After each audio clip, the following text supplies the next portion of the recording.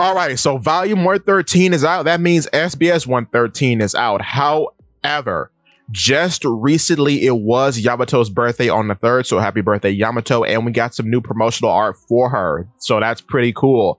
But she does come up in this SBS, so that's kind of interesting, and we'll get to it when we get to it. However, but by the way, big shout out to Pew and Auteur on X because they've translated all the questions here, so thank you so much. But yeah, the first question that we get in the SBS is about Zunisha pooping. The giant elephant that is Zoe poops, and it leaves behind these big masses that look like swampland, but then those masses, of course, dissipate into the ocean and become nutrients for the ocean. So that's pretty neat. But yeah, it makes sense that it poops because it is a living creature. So that makes all the sense of the world. Also, another gross question for you Jinbe fans out there. Personally, I am not a Jinbe fan. I hate Jinbe. I made a whole video about why Jinbe's pretty awful. Go check that out if you're interested. But yeah, his willy is blue, like the rest of them. So his manhood is blue. If you wanted to know, now you know. But a while ago, I did a video discussing what the family name would be for Roseward, Sharia, and Charlo, seeing as how they are the initial celestial dragon family introduced in the story way back in Sabaody Archipelago. And I thought that would be significant. And it is significant because it leads into a joke. Their family name is Roseward. So the patriarch of the family, Roseward, is named Roseward. So there's Roseward Charlos, Roseward Sharia, and Roseward. That is hilarious. He's named like a devil fruit. So it's funny that Roseward is named like that. So it's just Roseward. Saint Roseward. But that means that they are a family on the list of 20 founding families that we have in the Celestial Dragons. So they go like this. Nerona, which is Emu's family. Don Quixote, which is, of course, Dolphy's family. Figureland, which is the family that Shamrock and Shanks belong to. Jay Garcia, which is Saturn's family, which we haven't seen any other members of, which is interesting. Marcus, which is Marcus Mars. Top Man, which is Walkyrie's family. Ethan Baron, which is Nostruo's family. Shepard, which is Somers' family. Manmare, which is Gunko's family. Remo Shifu, which is Killingham's family. Bavet is a family we haven't seen any members from. Satchels, and then, of course, Roseward. And of course, the Banished family is the Nefertiri family. But in speaking about the Nefertiri family, we have a breakdown of what Vivi would look like in both the good and bad timelines. So it is said that in the good timeline, nothing really happens to her. She remains gorgeous just like everybody else. I do like that in the good timeline, she's age 60. She does have her hair pinned up. I think that's pretty cool. But at age 40, she says, "Let's go, Karoo," all the way to the East Blue. And then at age 60, she just laughs and says, "Oh my, look at you go." But the bad timeline is the interesting timeline because at age 40, she's still quite beautiful. But she turns into a pirate, like what Igaram feared.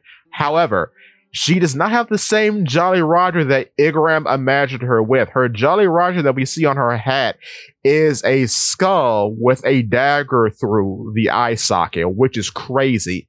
But then she says, "Don't make me unleash my enchanting vertigo dance on you," which is the dance she used on Zoro back on Whiskey Peak that I'm sure we'll see in One Piece live action. So that's interesting that that's referenced. That's a real big throwback. And I kind of wonder if that's going to be relevant in the future. But then at age 60, she turns into a full-on celestial dragon. Oh my God. That makes sense, though. That makes sense. So she joins the other 19 families in Mary Joie. That's crazy, but it makes a lot of sense. Now, off of that and talking about someone else with blue hair, yes, Frankie, otherwise known as Cuddy Flam, is the biological son of Queen, otherwise known as Cyan, which means Cyan's name is probably Cuddy Cyan, which we talked about that a while back. That I think his name is a double entendre as a reference to both science because he's a scientist and the color cyan, which is Frankie's color. So yes, it is confirmed. Queen is the father of Frankie, which we kind of suspected because they act too similar to one another. So, with that being said, moving on to our next question, in which we're going to talk about how Vegapunk could be kind of evil, because the question is revolving around, if Yorick wants to be a celestial dragon, does that mean Vegapunk wants to be a celestial dragon as well? And the answer is kinda. It just boils down to everyone has a tinge bit of bad in them, which is a very political answer, but it makes some sense. Not super interesting, but it kind of is what it is. I'm not sure what to say. But following that, we have a timeline reveal of One Piece, and I'll read this verbatim. So, the question is, in the world of One Piece, there are two calendars we know of: the Sea Circle calendar and the Celestial Sky calendar. What year are these set to? As in, how many years ago? And what year are we in now? Oda responds, this is something I imagine most regular readers probably forgot about. I don't know what this is about. I've never heard of this. And I've been reading One Piece for like almost 2 decades. I have never heard of this information, but continuing. But some of you really care about this, right? You might assume that both the Sea Circle calendar and the Sky calendar are just ancient calendars. But to answer you, we are currently on the Sky calendar, the Celestial Sky calendar, year 4131. And then the Sea Circle calendar, the year is 1541, so 1541. Both are still in use. By the way, any mention of it during Skypiea was meant to be around 400 years ago, but we streamlined the text to just 400 years. So you can forget about using that as a reference.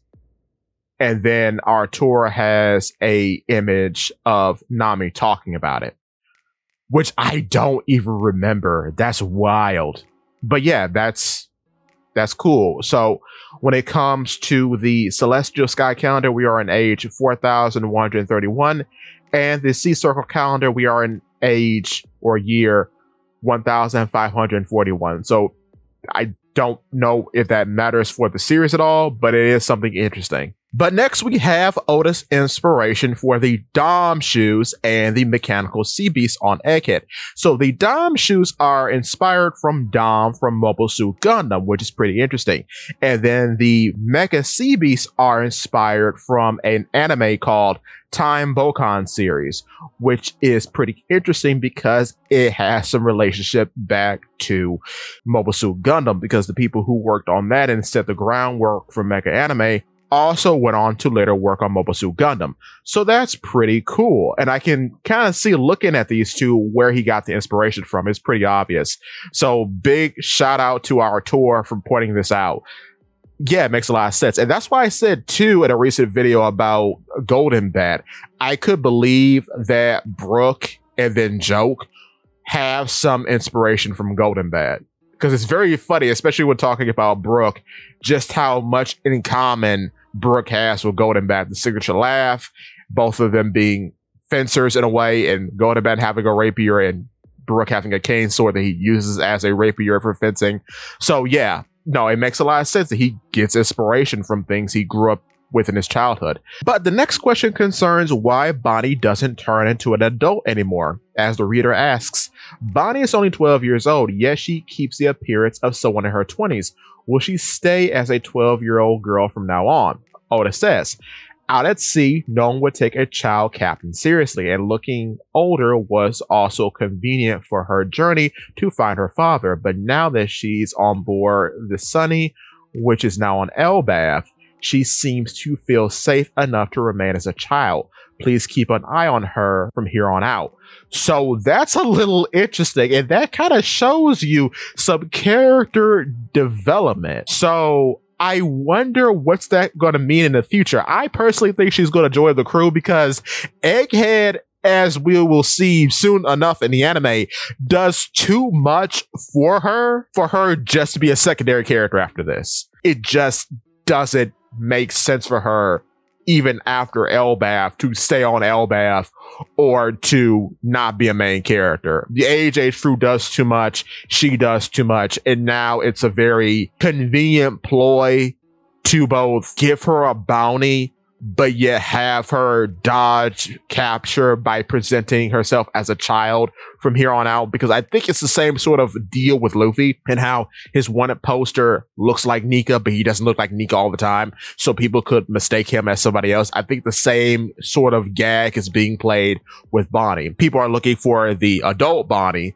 but she's a child most of the time now, so when you see her, you're not going to connect two and two together if you're like a regular townsperson or a Marine who doesn't know the history or haven't had any encounters with Bonnie previously. So I could see that being a thing. However, in talking about Bonnie, we have the name of Kuma's ship, actually, and the ship is called Leap Out Jewelry. So that's pretty interesting that his ship's name is a reference to what Bonnie would be called in the future, her epithet, Jewelry Bonnie. So I find that pretty cool. But I need you to leap out and press the jewel that is the subscribe button if you are liking the content so far.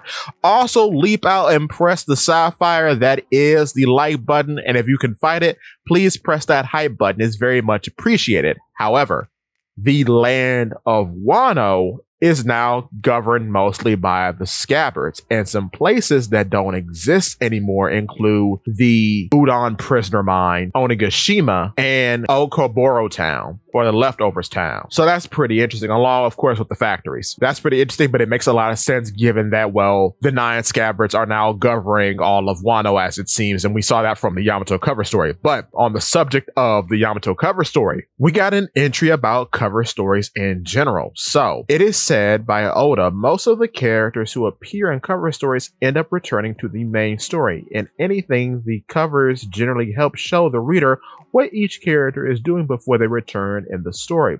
There's also a book we've released called Doors, which gathers all the covers to make them easier to read.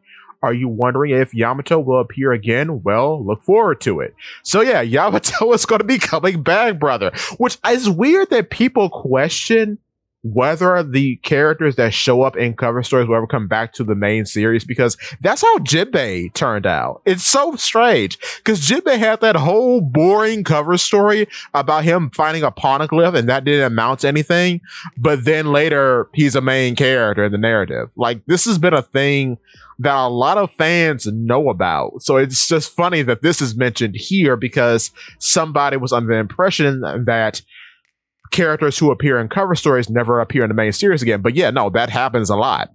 So yeah, Yamato will most likely be on her voyage and she probably will join the crew again. And I think she might become a main character just because, I don't know, brother. Out of all the characters we've seen over the course of the series, I can't think of another one who's had as much momentum as Yamato. People really like Yamato, which is why she got that promotional art for her birthday. I mean, people have just fallen in love with her. And I see why. She's very cool. She's very cool. Her power is very significant because that's the first deity zone we get in the series. That's even before Nika shows up. So yeah, no, she's significant. She's well designed. She's very cool. I can't wait to see more of her. But on the subject of cover stories, Oda does indeed confirm that the guy everybody, including me, thought was Shiki was actually Scopper Gaban. So yeah, the guy who appears with Crocus and Laboon on the cover story of chapter 631 is indeed Gaban, and it is confirmed that he has a bit of a traveling bug because he was the navigator of the Roger Pirates back in the day. So all that makes total sense. Bruh, that was the biggest fake out of all time because he's depicted as blonde, yet as you see in the cover of volume 113, he's white haired. So I guess that was just a bait and switch or an art mistake because he's not blonde. Or maybe that's hay in the hat. I'm not sure what's going on with that. So yeah, whatever. It's Scopper Gaban. So yeah, that's all for SBS 113. Thank you so much for watching. And that's all I have for you today. So give me your thoughts and tell your friends about Paula Pede. Works it!